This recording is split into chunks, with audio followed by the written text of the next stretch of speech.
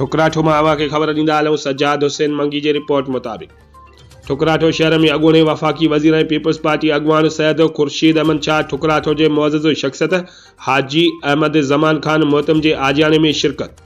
Media सां ॻाल्हाईंदे चयो त पाकिस्तान पीपल्स पार्टी ग़रीब ऐं मिसकिननि जी पार्टी आहे। हुन हमेशह पंहिंजा वाइदा पूरा कया आहिनि ऐं ठुकराठो जे अवाम पीपल्स पार्टीअ खे कामयाब करायो आहे।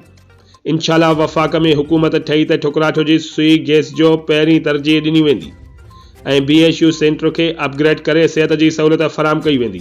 उन दौरान पोलियो मुहिम जो पिणु इब्तिदा कयो ऐं सैयद खुर्शीद अहमद शाह चयो त पीपल्स पार्टी मुख़्तलिफ़ ॻोठनि ऐं शहरनि में ॼार विछाया आहिनि ऐं रहियल कम बि जल्द कराया वेंदा।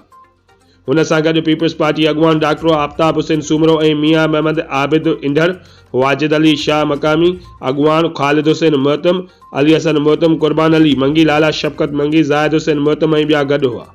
उन दौरान मुख़्तलिफ़ हंधनि ते उज़ुर ख़ायूं कयूं।